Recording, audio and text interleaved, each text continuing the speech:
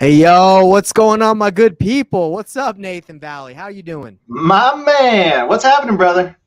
I'm excited, guys. You know, I'm excited because we're going to come to you today and teach you something that you're going to love. It's going to help you make more deals, make more money. We're excited. I'm pumped. I don't know about you, man. You look pumped. You look excited. Dude, it's been a minute since I've been on here with everybody. So, yeah, man, I'm excited. We're going to get on here. We're going to make some calls, show you guys some really cool stuff.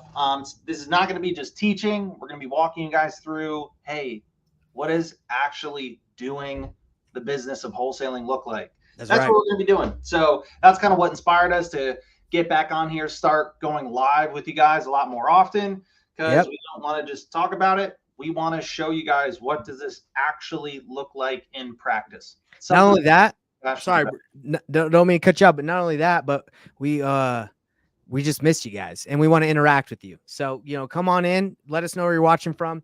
And, it occurred to me that not everybody knows, even if they watched our stuff or somehow stumbled across these feeds, maybe they don't know who we are. So first of all, I want to introduce myself and you can introduce yourself, Nathan. My name is Nathan Payne. I've been in the real estate game for about 6 years now. Actually, May is my 6-year anniversary of being in wholesaling real estate. Started in 2018. So, so 6 years and loving it. It's had ups and downs, but that's the cool thing. You learn and you get better. So I've done hundreds of deals, over $2 million in wholesaling fees. And super excited. So that's who I am. And Nathan Valle, who the heck are you? Yeah, man, good question. I got to work on my 30-second pitch, but for me, man, how long have I been in real estate? I don't know, maybe like 4 or 5 years, if that.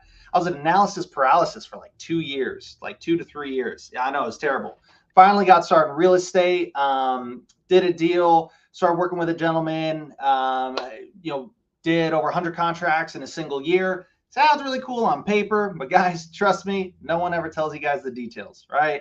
Right. It's cool doing a $67,000 deal, but not that cool when you've got $50,000, $60,000 in marketing expenses. So no one ever talks about that stuff. So what we are is, guys, we want this to be as real as possible for you guys. But luckily, man, since Nate, you and I got together, and since we've been doing kind of painless flipping and whatnot, guys, there's a point in my career to where I didn't think wholesaling worked. I was convinced. I was like, I've been at this for too long. I was like, it's not me. And thankfully, yeah, you and I got connected, man, and things have been going very, very well since. So strategy is important, guys. And that's why we're doing this. Exciting. We're about to do an 86K deal with zero marketing spend. Now that's exciting versus 86K deal with 80K spend. Not exciting. Okay. And it happens all the time. So guys, that's who we are. And our plan, what we're going to be doing today is showing you guys how I kind of came up with the painless flipping model. And it all started with the baby steps of reverse wholesaling. Okay, so painless flipping is not specifically reverse wholesaling, but a lot of people want to know what reverse wholesaling is. What the heck is that? What is reverse wholesaling real estate? That's where we're going to teach you guys the step-by-step process of how to do it today. And we're going to make some calls to some buyers. We're going to make some calls to we're going to see how much time we have at the end, but you guys are going to be able to learn what the heck it is. That's why I got my vibe board. I got my nice little board right here. We're going to teach you guys. So that's the plan. And the promise is you guys are going to see us get on some phone calls. We might get yelled at. We might not. We might make some connections. We might not, but that's why that's the promise we have is every time we go live with you guys, we want to show you that we actually do this business and we're not just a bunch of yappers who did a deal 5-6 years ago and now just talk about it because we're selling a course. That's definitely not what we do. We actually are in the trenches, and some people don't want to be in the trenches, but it's actually kind of fun. When you do an 86K deal and you're in the trenches, it's like, hey, that was worth being in the trenches, wasn't it? Exactly. So anyway, today, let's go over exactly why you're all here, and what you're going to learn today is what the heck is reverse wholesaling. And again, guys, it's not painless flipping. Painless flipping is not reverse wholesaling. It is a strategy we implement, but it's not specifically that. Painless flipping is a whole acquisitions model. We don't have time to get into it right now, but we do want to teach you guys what reverse wholesaling is. So Nate, what's the first thing you do when you start reverse wholesaling? What the heck is reverse wholesaling, Nathan? Yeah, good question. So guys, reverse wholesaling is step number one. I am going to find buyers. I'm going to find buyers in my market that are looking for deals. I'm not going to talk to agents. I'm not going to talk to sellers. I'm not going to make a bunch of offers. Not yet. Step number one is I'm going to find buyers. And guys, the reason why that's so important, and I'm going to let you in on a secret that nobody else talks about. There is a really popular saying in real estate that is the biggest lie ever told. And I guarantee you probably heard it. And I get triggered every single time I hear it because it's really common. And that lie, the biggest lie ever told in real estate is, oh, if you find a good enough deal, the money or the buyer will find you. Guys, nothing could be further from the truth. And honestly, does anything in life really work that way? No, just because I found it or just because you build it doesn't mean people will come, right? No, That's right. So kind of the whole concept behind reverse wholesaling. And again, painless flipping, we've kind of upgraded, like take the concept of reverse wholesaling and then put it on steroids. It's freaking steroids, bro. 2.0 steroid version, or TRT, whatever the kids are calling it nowadays. There's a lot of different terms these days. I don't know how, but that's what it is. Testosterone, you got it. You name it. Yeah, guys. One of the downsides is you do have to deal with our cheesy jokes. So apologize in advance. But step one, find buyers. Find buyers, exactly. So Nate, instead of just saying find buyers, like we could, let's show them how. Let's show, because I want you guys to learn how you can find buyers. Now, Nate, how many ways is there to find buyers? You can find buyers like hundreds of ways. I would say hundreds. Maybe I would say like 20 like are really good. But I want to show you guys one of the strategies that Nathan Valle likes to do a lot is title companies. Okay. So right now, what I'm going to show you guys is inside of our school academy that we work with people in our academy. I'm going to just give you kind of an inside look. We have a list of title companies we like to reach out to in each state, and you can network because these are investor-friendly title companies. So while I pull that up, Nate, do you want to explain why you do that? Yeah. Guys, so title companies, the reason why I really like that as part of my strategy, and specifically local investor-friendly title companies. Don't go to Google and type in investor-friendly title companies Orlando or whatever your market is, because all that's going to pop up are these title companies that are national title companies. They're not really local title companies. We're looking for the local title companies that are like homegrown in your local market that you're working in. And the reason why is there's a lot of great ways we can find buyers, right? We can look at pictures on properties that look like they were flipped and, okay, this looks like an investor bought it. Or we can use, some cool softwares and tools to pull lists of cash buyers. And all that's great, but it's kind of just, I'm taking my best guess. Title companies are the only people that are actually seeing who are the real players in this market. Who are the people actually closing deals every single week, every single month, right? And title companies, not only do they know who the real players are, who's actually closing deals, not only do title companies know who the real players are, but it's also in their best interest to connect you to them. Title companies, they make their money based off of closing deals. That's it, right? By when there's a buyer and there's a seller and they just handle the paperwork in between. That's right. When they make money. So when I call and I talk to a title company and my conversation is, hey, I'm new to this market. I'm really good at finding deals. Not really ready to start buying deals just yet. Do you happen to know any really experienced investors that you could connect me with? And that way, when a really good deal comes across my desk, not something that I want to buy, but I'd love to be able to hand it off to them. And that way they can transact the property through you guys and you make money. They get a deal. I get to learn a little bit about the market and the process. And it's a win-win for everybody. So Nate, you're crushing it. You're crushing it. But I want to show people first, like where to go. You're already hitting on the script and I love it. And I think we should actually, and I think we should actually go into that, what they should say. Because, when we're talking about reverse wholesaling, you got to start with the buyer, right? And then it goes into finding the deal, but you're crushing it. So let me show you guys. So right here in our school academy, where we have like a bunch of the courses and things that we've learned over the years to do thousands, well, actually over 4,000 deals, including Brad Chandler, me and you, we've been able to combine. We've learned a lot, right? And what we have here, you know, obviously I'm going to show you 2 ways that you can get buyers, but this is one of the ways. If you click here, you go, we give you investor friendly title companies all over the United States that have been recommended.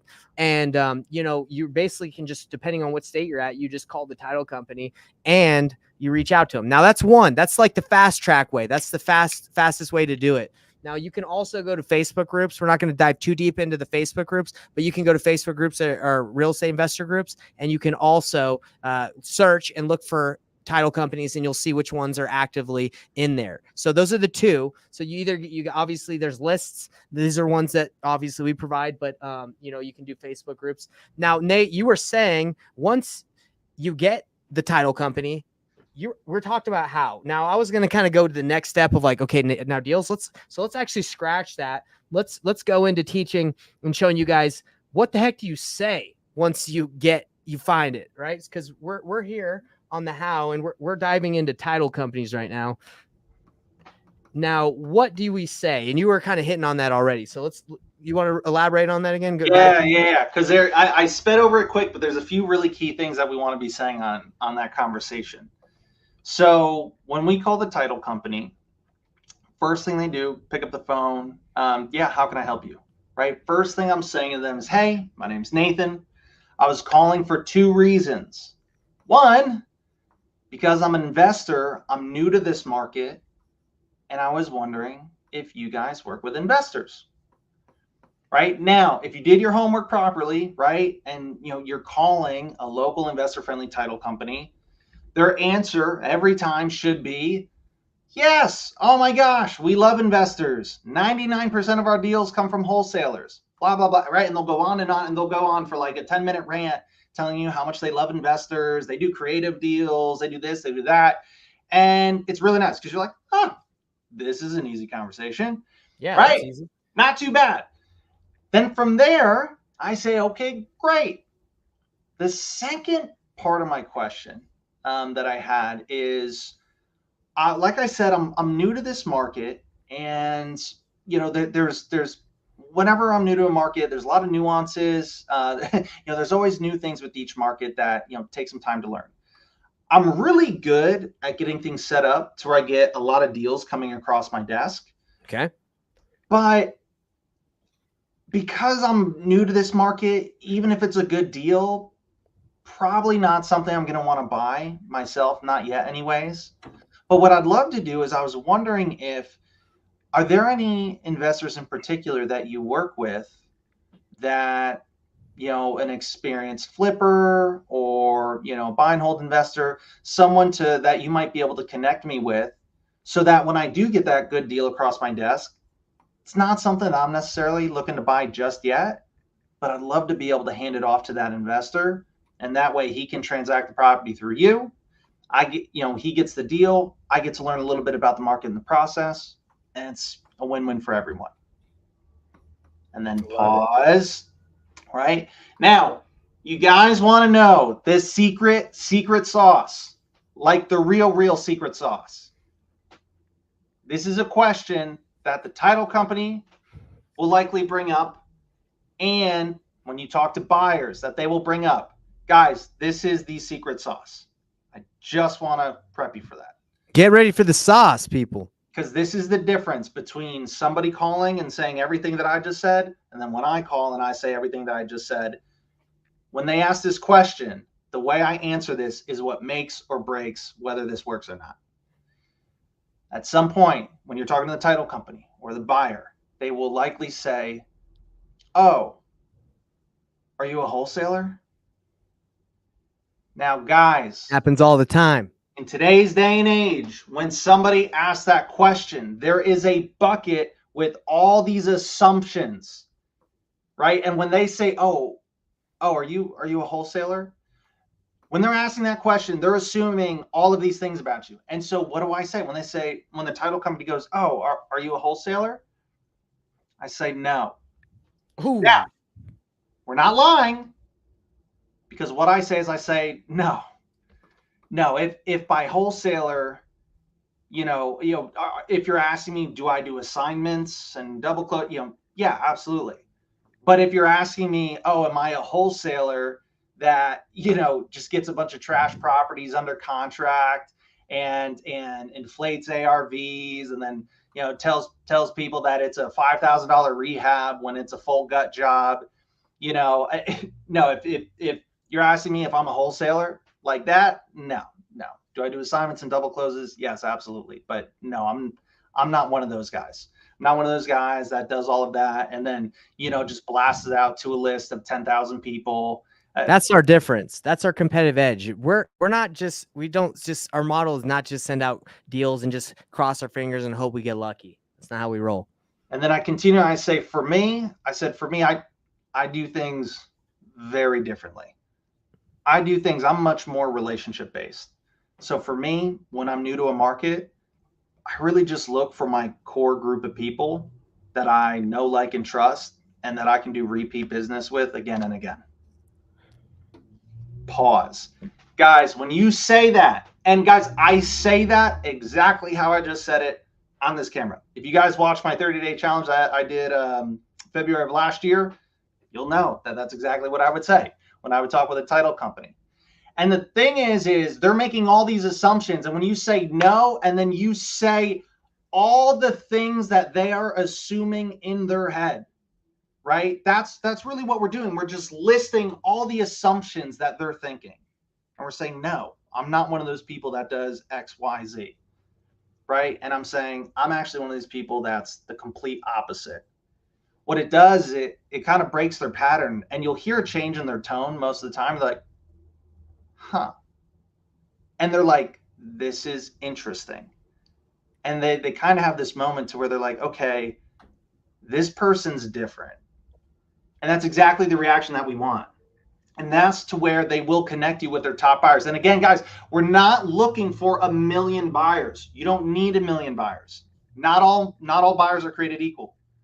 We don't need 1 million buyers. We just want the best ones. And again, who's going to have the relationship to the best buyers? Because typically the best buyers aren't easy to find.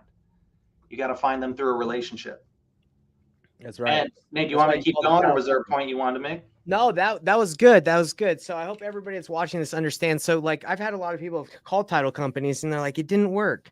And me and you have gone back and forth today about things that work and do not work, right? Just from our experience. But I've had a lot of people, and I know how their calls are going, right? And I've actually heard some too, where they call, they're like, hey, I'm a wholesaler. Can you connect me with your top cash buyer? That person's like, no.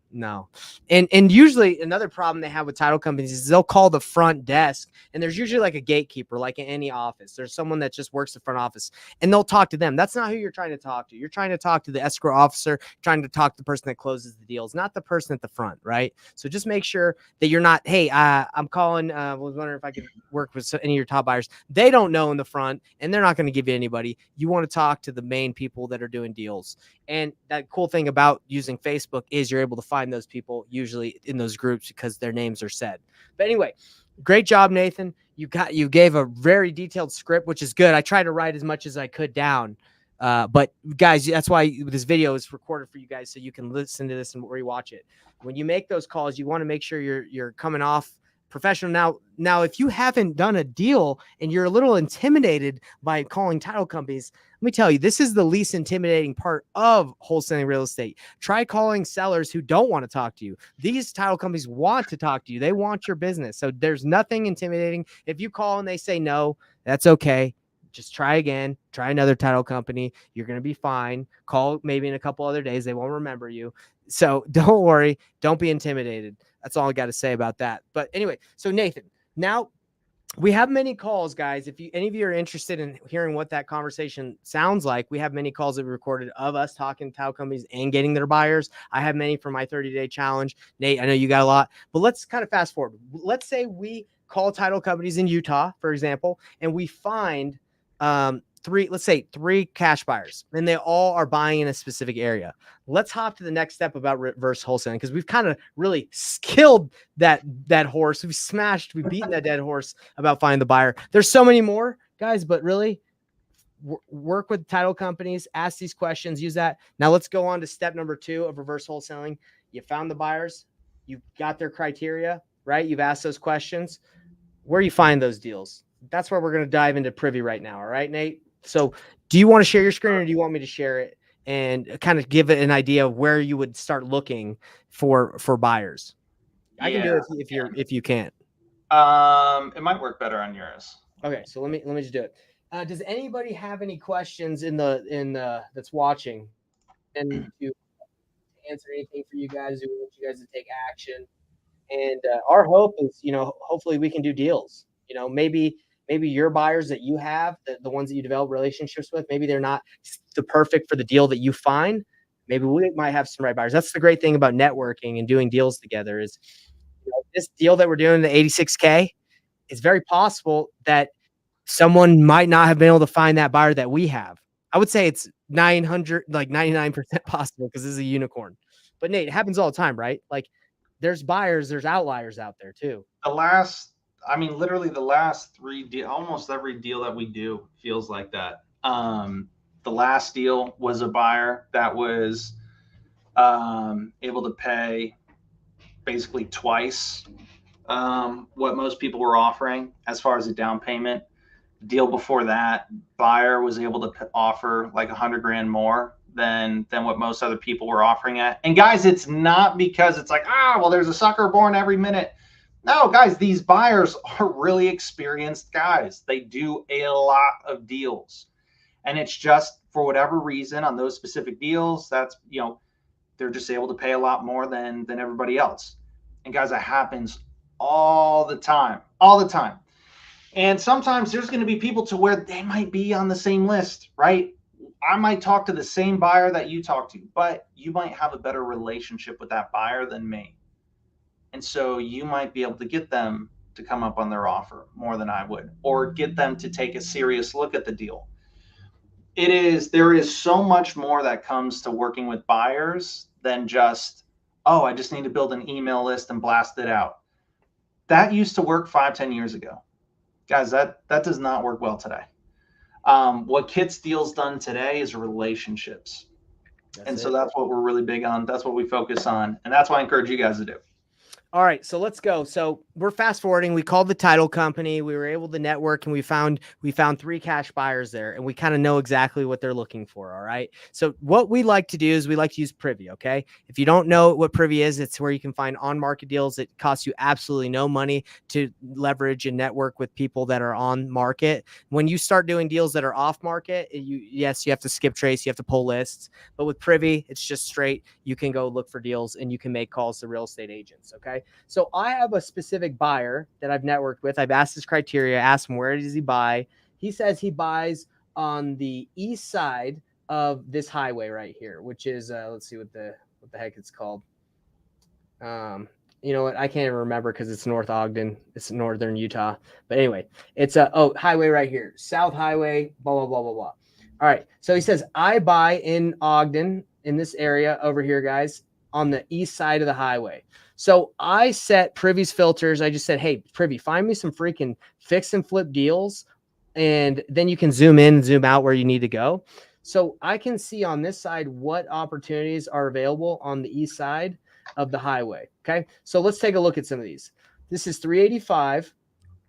And sometimes it doesn't always, like the algorithm, the way that Privy has, because Utah's a non-disclosure, doesn't always work perfectly, but let's take a look. All right. So this one looks like maybe they tried to get it going a little juicy, but then it's older kitchen. It definitely looks like they maybe started a rehab, but they didn't finish it. As you can see, it's okay, right? You vibing that, Nate? You seeing the pictures? Yep.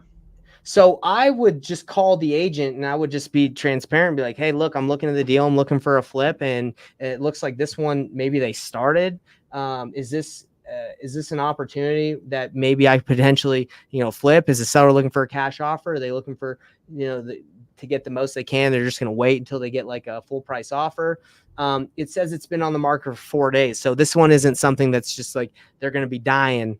Maybe, you never know the situation, you got to call, but let's continue to look over here. So there's another one. 325. Okay, look at this one, guys. I don't know what's going on there. They didn't I don't know. Maybe someone's greasy head. Anyway, that's what it reminds me of. Someone's greasy shoulder or head just hitting up, Anyway, not updated, older cabinets. Dude, that red, that's an ugly red. Maroon or whatever. So anyway, what I would do is you can see the price has been lowered over here, but what we would do at this point is you find the deal, you call the agent, and you would you see if you can make a deal happen. Now, if I bring this deal, Nate, tell me what you don't want to do. You don't want to just take this lead and bring it to your buyer without calling. So let's dive into that, because this is, we have 2 leads that we can call on. Okay. I'm not going to say they're going to be 100% a deal, but that's what the power of calling and negotiating and talking about is. But Nate, what's the step we have here? What's the next step we got? Yeah, guys. So this is the most important thing when you're working with your buyers. Do not, exactly what Nathan Payne just said. Do not just, oh, here's the listing. Is this a deal that, what can you pay? Guys, that is the bare minimum. We've got to put in some work, right? Do the legwork. I'm going to call the agent, right? I'm going to have a negotiation. I'm going to see what's the situation, what's going on, what's the lowest offer someone would be willing to take or they would be willing to consider, right? I'm also going to take a quick look at, based on comps and stuff, do I feel like that lowest price? Does this feel like it's even close to a deal or close to an opportunity? And only if the answer to that is yes, this seems like it is close to a deal or close to an opportunity, then I'm going to bring it to my buyers. You provide absolutely no value if you just give them the listing and say, hey, because they can just call it. They don't need you. But if I go to them and I've called the agent, I'm actually going to call this agent right here, guys, so everyone can watch it live. But if I call this agent and I get the price and I find out that they're willing to take $295 or less than the listing price, now we have something worth bringing to my buyer. But if I just bring that listing and just hope that they'll tell me what price, so I'm wasting their time. I'm not giving them any value. But if I bring it to them at $295 and I say, hey, look, I'm talking to the agent, they're willing to take around $295. I got to make at least $5-10K on this thing. Would you be able to pay $310 for this? $305, $300? If I can get it a little bit lower, that's value, right? Because they're like, oh yeah, let me take a look at that. Now, Nate, why would they still work with you if you brought this lead? You don't have it under contract. Why would they still work with us? Yeah, guys, and this is where we're talking about some stuff when it comes to painless flipping, right? So reverse wholesaling, there's definitely some synergy there, but there's some really, really key distinctions as to what makes painless flipping that 2.0. Ultimately, what painless flipping is in one sentence, we flip the house before we even make the offer. And you're probably wondering, Nate, that doesn't even make sense. Trust me, it will. So buyers, again, relationships, right? Relationships get everything done. When I chat with the buyer, 9 times out of 10, I do not have something under contract. Right? Because what is the number one question every single person has in the real estate industry? I don't care if you're a wholesaler. I don't care if you're looking to do your first deal. I don't care if you've done hundreds of deals. Every single person, whether you're a wholesaler, a fix and flipper, a buy and hold landlord, doing commercial real estate, everybody has the same question, which is it a deal? Every single person is wondering, is it a deal? And guys, with wholesaling, right? Traditional wholesaling, which I cannot stand, right? It's outdated. It's just bad. It doesn't work. Traditional wholesaling says, oh, do 70% times ARV minus repairs, right? They say, oh, just use this formula to calculate if something's a deal. Guys, it doesn't work that way. I cannot possibly use the same formula to calculate if something's a deal for every single property in every single market, for every single buyer in the entire US. It don't work that way, right? But that's the silver lining. That's where there's opportunity for you and me. So the reason why is because every market is different. Every buyer is different. Because I can chat with one buyer and he's looking to buy the house, move into it himself, fix it up, sell it. I've got a second guy. He's looking to buy the house. He's got his own crews that are going to fix it up and sell it. I've got a third guy to where he listened to one episode of Bigger Pockets and he went out and got all premium subcontractor quotes. And he's telling me, you know, oh, the rehab's twice what I think it is. And I'm absolutely crazy. And he's looking to fix it up and sell it. You guys, I'm just making a joke. I love Bigger Pockets. Right? And lastly, I've got a fourth guy to where not only does he have his own crews, but because he does so many flips in volume a year, he buys materials in bulk at a massive discount, and he can do that same rehab project for a fraction of the cost of anybody else. And that's not including, well, what if somebody's analyzing it as a rental? What if someone's looking to turn it into an Airbnb?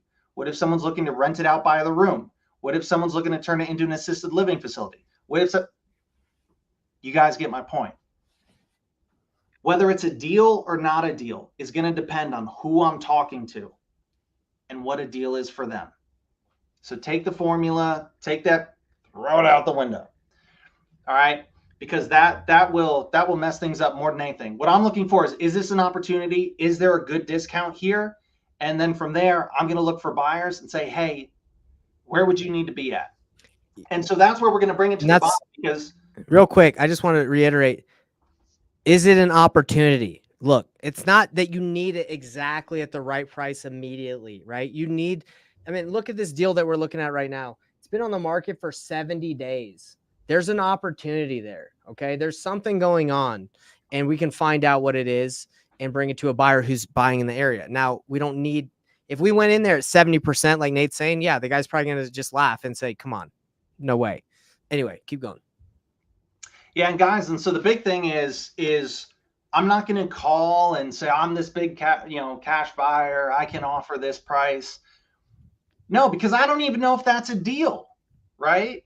And he might, if I were to do 70%, he's probably going to laugh me off the phone, right? And buyers typically can pay more than whatever 70% is, right? Of whatever I think the ARV is. Again, it's subjective, guys.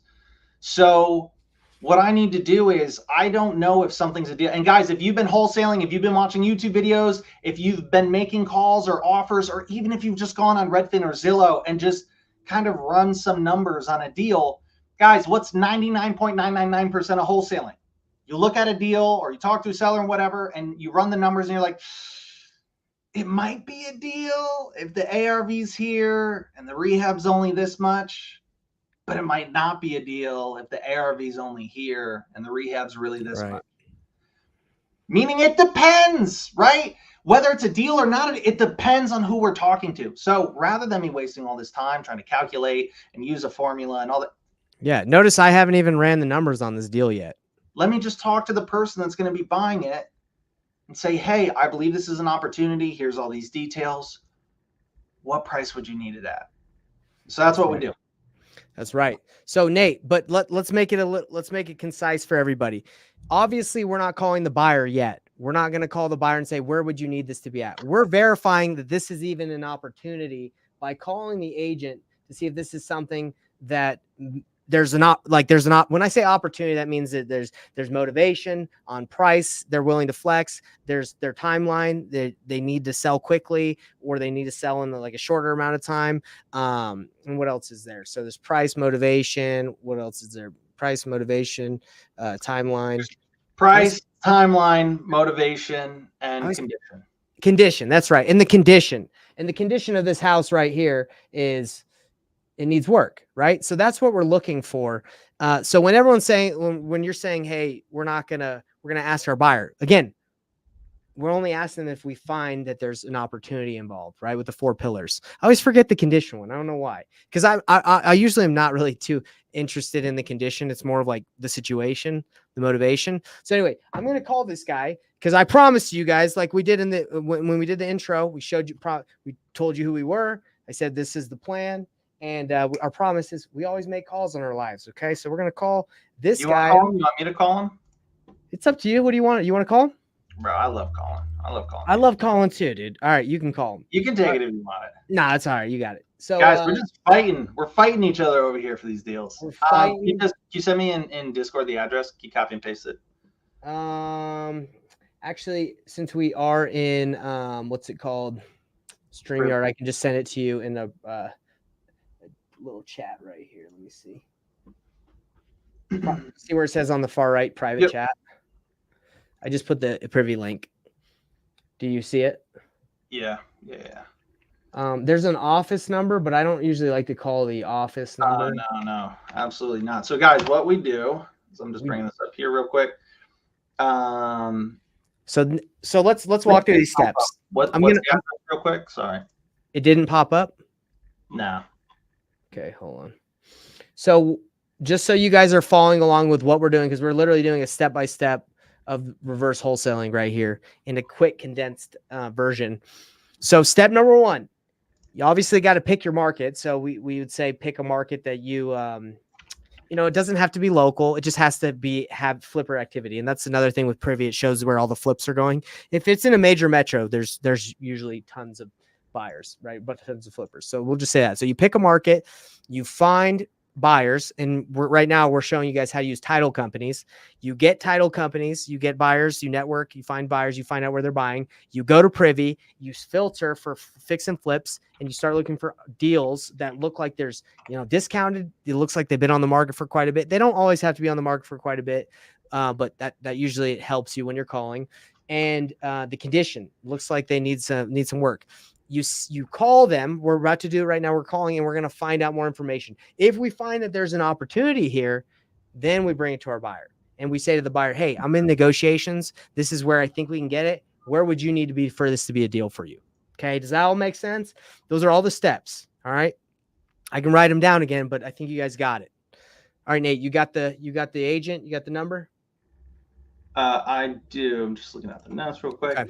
So guys, one thing, don't ever call the office number. What we do is when using Privy, I'm just going to take the listing agents, or even if you see it on Redfin or Zillow, whatever, copy the name and the brokerage that they have listed there for the listing agent, paste it into Google, and then typically right there, the person's name and will pop up with a link on to realtor.com or whatnot to their personal page with their cell phone number listed. That's what we want to call. So let's call up Melissa here. So before you call, what's the first thing? All right, I'm just going to write down what you do.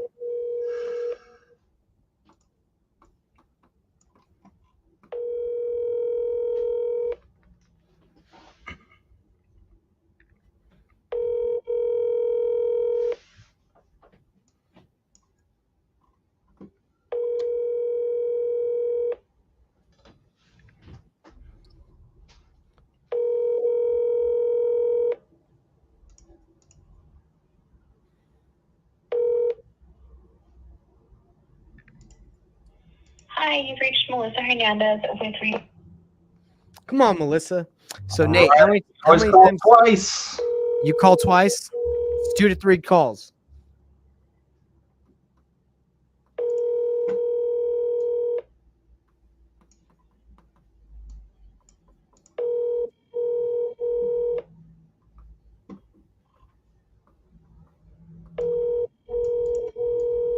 Bro, agents never answer their phones. I don't know how they have jobs.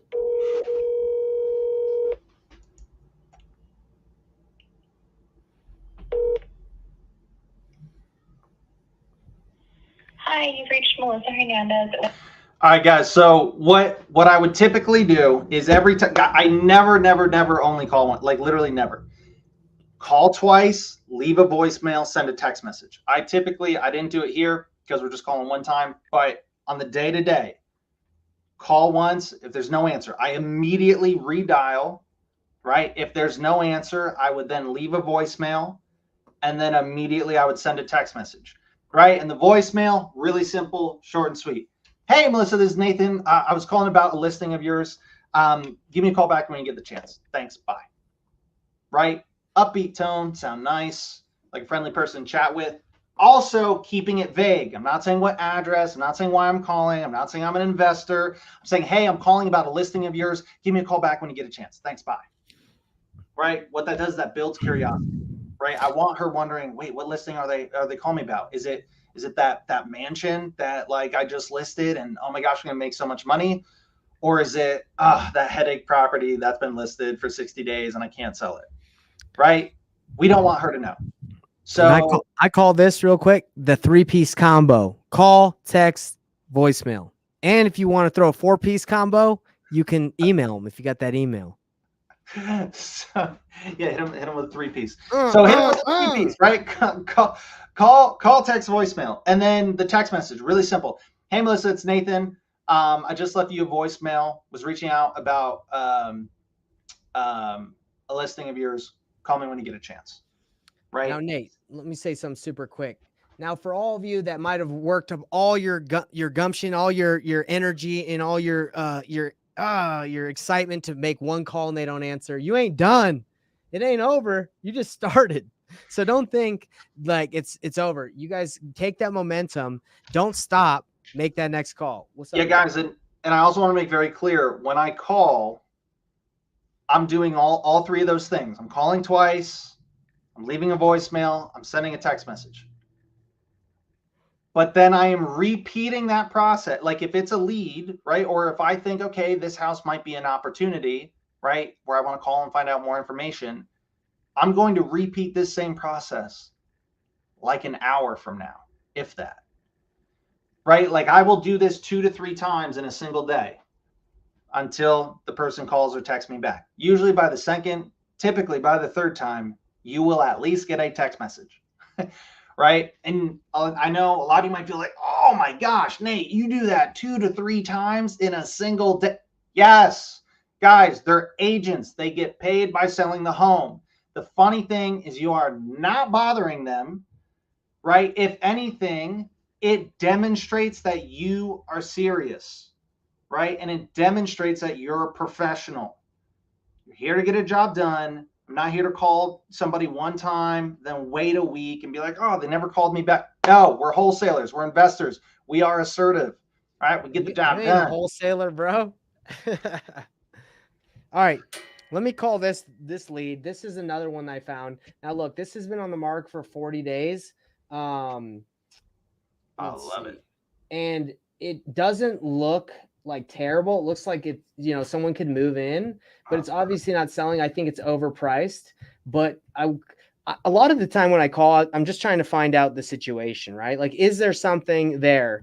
And I'll tell the agent that as well. Like, I'm very transparent. Like, in order for you to a fix and flipper to get a deal, it's got to be low. That's just how it is. It's got to be low. So when you tell them, hey, I'm looking to flip it, it's not like they're going to be surprised by what you're like the conversation where it's going. They're going to be like, no. We've already gotten a lot of offers. We've been denied. Like the seller is just bubble. Like they're going to wait. So don't be afraid to just hey, look, you already know what I'm doing. Anyway, so me and Nate have different styles, but I think the most important thing is just dialing, smiling, and just doing it, because so many people overthink this. And it's like, hey, you just need to make some freaking calls, buddy. You just need to do it. So we're going to call on this lead right here. We got Tiffany Howe. Bro, it'd actually be hilarious if she just like ripped you apart. Just like right there. What are you doing, Colin? I'm ready to get ripped, dude. Rip me up, boy. Okay, hold on. Guys, we like to have fun. We like to joke around. Okay, come on, Tiffany. Don't make me look bad. Hello? Hey, Tiffany. How are you? Good. Hey, Tiffany. My name is Nathan. I'm just calling about the listing you have in Ogden. Do you have some time to talk about it? Oh, yeah. Yeah, so sorry, the number showed up as Georgia. I was waiting for you to try to sell me something. You're waiting for what? For you to try to sell me something. I can tell a marketer. You want to buy something? I don't know. Yeah. No. I grew up in Atlanta, so still haven't changed my phone number. I know that probably doesn't. You probably get a lot then. I'm like, hello. I do. But no, I appreciate that. So I just want to cut to the chase. I know you probably gotten a lot of calls on this thing. It looks like it's been listed for 40 days plus. Is that right? Yeah. And then before me, it was listed with someone. I actually had a showing last night. Oh, okay. they called me today. I've had quite a bit of showings Good. at Good. the beginning, and then it phased out with the interest rates, Can you believe it? up and down. And oh God, I so know. sad. Seriously. But, the showing last night, they called me today and said they're considering an offer. And Okay. so So always good, right? Yeah. So you think it'll be done then? Because I'm an investor, right? I'm looking for opportunities to fix and flip, and I'm assuming if this has been on the market for 40 days, the sellers have probably been getting hit with some, investor offers and that they've just denied. I'm assuming. Yeah, we've had a few. So because I'm looking at it, it looks like a little outdated, and it's something that I definitely would be interested in flipping. But do you feel like the sellers are in a position where they would accept a cash offer that was lower to just get it done, or do you think they're just going to wait? They're going to probably just wait because they're not even in a super rush because they're going to be purchasing too. So Okay. They want to roll over what they can, and with the interest rates with them too. If it's got to be the right. 100%. Yeah. When I make calls, to properties that are listed, it's mainly like, okay, is this something that is going to make sense for the seller? Because sometimes sellers are motivated, sometimes they're not, and you know how it is with. I don't know if you invest at all, but you got to get them steep for it to even make sense these days. Oh yeah. Oh for sure. Okay. For sure. I will keep your number though, and then if something happens and they decide, hey, let's just get rid of it so we can move on, I can reach out to you. Yeah, I'd love that. And do you by chance run into any, opportunities or fix and flips like this, like properties that would be good opportunities to fix and flip, or do you mainly? I haven't in a minute. Mostly like what I've been doing is just, I really love working with first time homeowners, and then I in turn end up helping them this time around. So that's great. So it's been actually really good and fun, and I love it. Be a mom and do it all at the same time. I love it. That's what I like to hear. Well, has one last thing I'll ask you. Do you have an idea? I know you can't tell me exactly, but do the sellers have an idea of like the lowest they would accept if it was cash, or like or not really? And like I have a question about lowering the price. You know how we do, just even a few $1,000s. They keep refreshing it on the MLS, and like we're good for a minute. So they're not super motivated to unleash it really quick. So gotcha. So anything under 400,000, like a 350, 360 would be a slap in the face. It would offend them. And they would, I don't think no reason to offend them. They're probably having a nice night tonight. We don't want to upset them. Yeah, for sure. Yeah, thanks. Okay. Well, you have a great night. I appreciate you taking the call. Bye-bye. All right. Bye. That's it. That's what I do. Nothing crazy. And the thing is, like, guys, agents know what we're doing, in my opinion. Like, they know. Look, if I ran the numbers for me to flip this, not just one of our buyers that we reach out to, but for me, I'd probably need this at 300,000. I think the ARV, without looking at it, is probably 450. They're probably asking for literally so close to what the retail is that for me to fix it, do the bathrooms, do all this stuff, I would need like a $80,000, $100,000 spread after fixing it up, hard money. So guys, you don't have to be shy about it. If you flip a property, you got to get it low for there to be spread, for you to take on that risk. Get your wholesale fee if you're wholesaling it, but even as a flipper, you need a great deal. So I think approaching agents openly about that, it's the best way to do it. Don't tiptoe and just be like, hey, look, I'm trying to get a great deal here. You want to help me out? We definitely have different styles, but the funny thing is guys, the one that works is the one that makes the call. All right, I cannot stress that enough. It is like different style. Are some ways more effective than others? Sure, there's an argument that can be made there one way or the other, but I promise you, making calls is far, far, far more important than being really good and not doing anything with it. Right. Exactly. So that's the most important thing to take away. And then also what are the pro tips? Guys, did you see how he felt out a lower offer without making an offer? Right. Hey, Ms. Agent, got it. So, it's been listed or they're not motivated. Okay, got it. So like if an offer was around like 350, 360, that'd be like a total slap in the face, right? And she's like, yeah. right? He could have been witty and come back like, well, my offer would have been a punch in the gut then. No, but mine would have been way lower than that. What most people do, and guys, it's kind of like a little difference, but it changes the whole dynamic, right? The conversation she has, she's like, yeah, right. And she's laughing. And then we politely get off the phone versus if I'm like, yeah, Ms. Agent, okay, got it. They're not motivated. They're not interested in selling for a low offer. They've already denied other cash investors and they want full asking price. I can offer $320. That doesn't go over well, guys. That doesn't work. Right? Because imagine the same thing. It's like, imagine how you feel when you're having a conversation with someone. And it's like, did you not hear anything that we just spoke about? You know, they're like, she's like, I told you, like, it sounds like you're not listening to me. That's how that translates to the other person. Right? And that's why people get upset, because they're like, dude, you're not listening to me. Right? And so that's why we didn't even make a formal offer. There's no need to. And guys, I'm so far against the like, oh, just make offers. Guys, quality over quantity, right? You don't need to make 100 offers a week. Yeah, we had a CRM that would just send out letter of intents and offers, and we actually still use it, but like it doesn't, just making low offers doesn't work.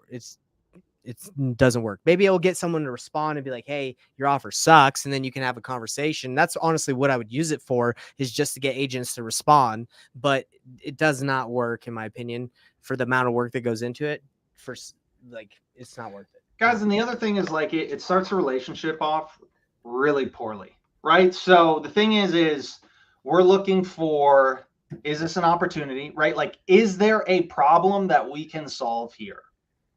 And is there an opportunity as an investor to add value to this property? Those are the two primary things that I look for when I'm looking at a deal, talking to a seller, talking to an agent, talking to whoever. Is there an opportunity for us to add value, right? If it's fully renovated, needs absolutely nothing, that's going to be a really brief conversation for me, because if there's not much an investor can do, and there isn't very often a house that needs zero work and they're willing to sell for a really low price for it to make sense for an investor. Just, it doesn't happen too often. Nate, I will say all the subject tours out there are going to be coming at my neck. Why didn't you offer terms? Oh my gosh. Don't get me started. If there was motivation behind there, guys, like if there was like, I know how to do that. I've done subject to, I own some properties on subject to. It's more of like, if she was like, they really need to sell, it's just, you know, this and this and this, they can't go lower, their mortgage is here, but it was more of like, hey, they're just going to chill. So, you know, for me, it doesn't really trigger like an opportunity where I'm like, okay, let's go into the weeds here. Right? Yeah. If you guys want to waste 2 hours of your day and then another 2 hours and like another 2 hours, just say, oh, well, if I'm able to pay their price, can I get terms? Just say that and then say goodbye to like the next 6 hours. Yeah. Right. Of explaining that, and all to find out, oh no, they're not interested. So that's a side conversation. But the key is, guys, you don't need to be making insulting offers, right? I say this time and time and time and time again, and I got this from Alex Hormozy. Best analogy I've ever heard. Sales, making an offer should be like proposals. Now, there's exceptions to every rule, but most of the time when somebody proposes, they typically know what the answer is going to be. Making offers should be the same way. I should not just be making offers and having no clue, like, I don't know if this is going to work or not. If I am, I'm not doing it right. Right? When I make an offer, I should be pretty certain that I know what the answer is going to be. The people that propose and don't know, I don't know what's going on in their heads. They obviously aren't in a relationship that's probably going to work if they don't know a yes or no. But okay, so Nate, you know, we're coming to the end of the call. We've had a great time. We've gone over a lot. We've gone pretty in depth on specific topics. And I've actually learned that there's actually like many different ways to go about reverse wholesaling. So you really have to just niche down and pick which one you want to do, whether that's finding opportunities that are off market, on market. You want to find buyers through RIAs, or if RIAs are local meetups, or if you want to go to title companies. The fact of the matter, like what you have to do is you just got to take action like we did. And just talking about it, we were able to call on 2 properties. We already have the buyers, so we didn't get the buyers on this call, but guys, that's how you do it. And that's how you learn. That's how I learned. You got to take action. If you just watch videos, Nathan, you said you were in analysis paralysis for like 2 years. Like for me, I'm the opposite. I just do stuff and I get crushed and it's painful, but it's all good. Like, but that's, people have their different ways of learning. If you want to prepare, watch this, take action. Don't just watch this and be like, oh, that's good information. Try it. It'll work. Okay. And then you can come to us. Obviously, we're helping people in our academy, people we work with. If you go to painlessflipping.com, you can check out how we're helping people. We actually give over like $20,000 of free gifts, stuff that I've paid for, that we paid for, we give away so you guys can take action. But let's go over the steps of reverse wholesaling just to wrap up this call so everyone knows what they learned today. And let's actually talk about what we talked about on the call, because I have the notes over here, but it is all over the place. So we're going to rewrite it. So number 1, Nate, what was the first thing we talked about today? Finding buyers. Okay. And when we found okay, let me actually write up here. Reverse. Man, you can see that. I was going to say it's kind of big, but I think it's fine, right? Yeah, it's all good. All right. Okay, I'm going to do it again. All right. So we got what is reverse wholesaling real estate? Okay. Can you see that pretty good? Yep. Okay. So the first thing you do is number 1 is you find buyers, correct? That's right. So what did we do to find buyers today on this call? We talked about title companies, right? And you went over a script and how to make that call, right? Yep. And then number 2, what do you do once you find the buyer? What do we do? Start finding opportunities. That's right. Find opportunities. And what did we do today to find those opportunities? Privy, right? Yep. Now, what happens if you don't have privy?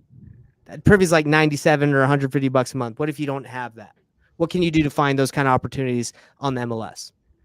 Yeah, guys, the great thing about MLS and working with agents is you can find them for free, right? So you can use Zillow, you can use Redfin, a lot of great tools. All right. So the MLS. So we found opportunities and we used privy. The next thing we did is we just freaking called, okay?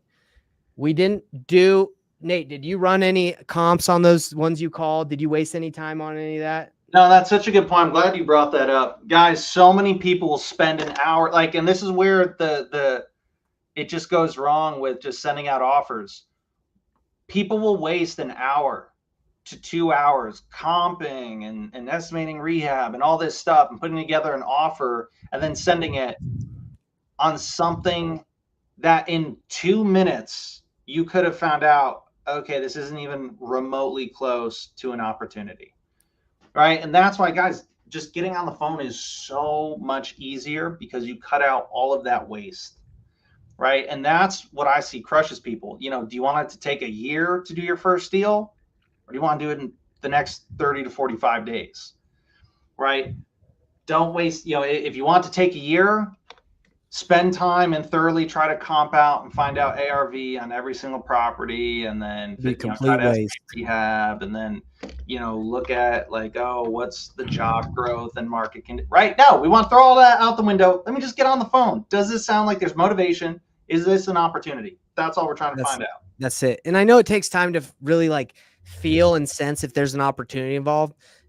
Pretty much if they want to sell quick, if the house is in some sort of bad condition, or if they want, if there's timeline or motivation, that's what you're looking for. Okay. She said the opposite. She's like, yeah, they need to buy another property. So they're going to roll this money, another one. They can just wait. They don't even want to lower it $1,000. There's just not a lot of motivation involved. Okay. So it just takes time to feel that, but then you feel it in your heart. You're like, okay, this is the one. This is one working. Okay. So that's what we went over today, guys, with the reverse wholesaling. I know that you all can go and take action. I hope today's call where we actually called some agents, showed you guys how to do it, how to script. I hope that was helpful. That's why we're doing this, guys. It's because it's fun. It's fun to teach this stuff. It's fun to show you. And this is what we're doing. This is, I mean, we followed this criteria to do a lot of deals. I think that 86K deal, like we actually had the lead already. So we didn't have the buyer before, we actually got the buyer after, but still we rolled with it and we were able to get the deal done by doing the strategy of not having to lock it up first, right? Because we talked to the seller. So there's a lot of different ways to navigate the real estate field. But you know, if you're haven't even started, this is a really good way to just get your feet wet. Yeah, guys, and reverse wholesaling, again, it's the right idea. It's a great start, but again, there's a 2.0 version of that, right? Which is what we do now, which is painless flipping, right? Starting with the buyers is great, but one of the problems with reverse wholesaling is try calling a bunch of buyers and have no opportunities at all and see how long they want to chat with you. Hey, Mr. Buyer, I saw you buy properties in Ogden. What's your buy criteria? What? Click. I don't have time. Yeah. Click. They don't got time. They don't have time. That's one of the issues, right? So, and then on top of that, reverse wholesaling still has the same fundamental issue that all wholesaling and traditional wholesaling has, which is, okay, I found the buyer, right? So I at least, know who's interested, what they're, where they're looking for deals and whatnot. But I still got to acquire the deal the traditional wholesaling way. I still need to talk to the seller or the agent, say, I'm this cash buyer, and make all these promises. And then I have to get it under contract. And then I have to assign it to that end buyer, hopefully. And hopefully they're able to make that price work. And hopefully they're able to fulfill on all the promises that I just made on the legally binding contract. Well, what if there's a way? I don't know. What if there's a way to where I could find my end buyer, I could get them to tell me exactly what they're able to pay and have them give me a commitment. I can then, only then, make the offer to the seller, the agent, the whoever. And whether it's an assignment, whether it's getting paid through an invoice or a double close, makes no difference to me because we can do it any which way it needs to be done, whatever's easiest. And best part, every single person knows what's going on. The buyers know I'm wholesaling it. The sellers know I'm wholesaling it. The agent knows I'm wholesaling it. Guys, there's a better way, right? 2024, there's a better way. I promise you, it will change your life. Keep watching these videos that we put out. We're going to be showing you guys a ton of stuff, and you're going to see us do it in action. So again, don't take our word for it. You'll get to see it in real time. I love it. Anything else you got to say? That was beautiful. I think we should end it right there. Guys, if you like this, go to painlessflipping.com if you want to learn more about working with us. And if you don't want to work with us, keep watching these videos because we're going to be coming with some sauce every day. We're going to be helping you guys out. We want to help you guys do deals. We want to do deals. We love doing deals. Peace out, everybody. Later, guys.